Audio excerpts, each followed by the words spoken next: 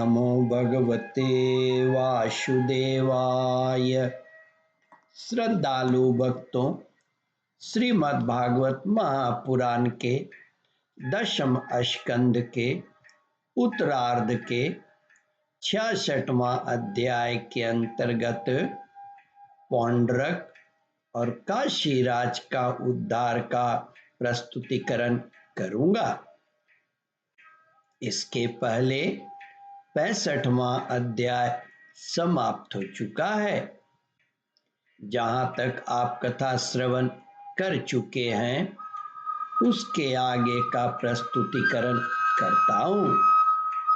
श्री सुखदेव जी कहते हैं, परीक्षित, जब भगवान बलराम जी नंद बाबा के ब्रज में गए हुए थे तब पीछे से करुष देश के अज्ञानी राजा पौंड्रक ने भगवान श्री कृष्ण के पास एक दूत भेजकर यह कहलाया कि भगवान वासुदेव मैं हूँ।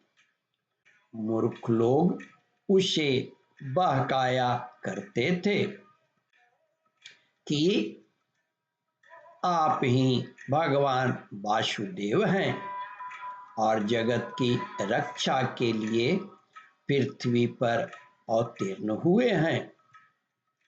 इसका फल यह हुआ कि वह पौंड्रिक मूर्ख अपने को ही भगवान मान बैठा। वह पौंड्रक अपने को ही भगवान मान बैठा। जैसे बच्चे आपस में किसी बालक को राजा मान लेते हैं और वह राजा की तरह उनके साथ व्यवहार करने लगता है, वैसे ही मंदमती अज्ञानी पौंड्रक ने अचिंत्यागी भगवान श्री कृष्ण की लीला और रहस्य न जानकर द्वारका में उनके पास दूत भेज दिया। पौंड्रक का दूत द्वारका आया और राजसभा में बैठे हुए कमल नयन भगवान श्री कृष्ण को उसने अपने राजा का यह संदेश कह सुनाया, एकमात्र मैं ही वासुदेव हूँ, दूसरा कोई नहीं है। प्राणियों पर कृपा करने के लिए मैं ही अवतार ग्रहण किया है। तुमने झूठ मूठ अपना नाम वासुदेव रख लिया है, अब उसे छोड़ दो। यदुवंशी, तुमने मूर्खतावश मेरे चिन्ह धारण कर रखे हैं, उन्हें छोड़कर मेरी शरण में आओ और यदि मेरी बात तुम्हें स्वीकार न हो तो मुझसे युद्ध करो। श्री सुखदेव जी कहते हैं, परीक्षित, मंदमती पौंड्रक की यह बहक सुनकर उग्रसेन आदि सभासद जोर जोर से हंसने लगे।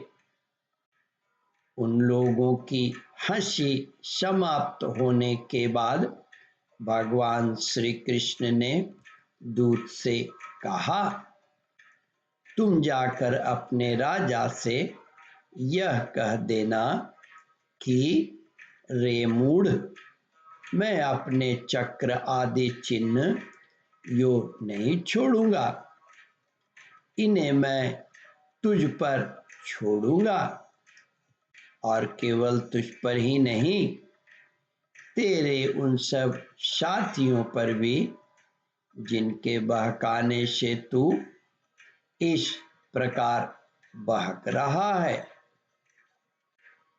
उस समय मूर्ख, तू अपना मुंह छिपाकर औंधे मुंह गिरकर चील, गिद्ध, बटेर आदि मांस भोजी पक्षियों से घिरकर सो जाएगा और तू मेरे शरण दाता नहीं, उन कुत्तों की शरण होगा जो तेरा मांस चीथ चीथ कर खा जाएंगे।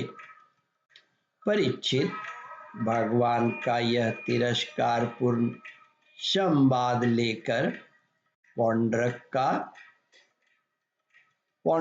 का दूत अपने स्वामी के पास गया और उसे कह सुनाया।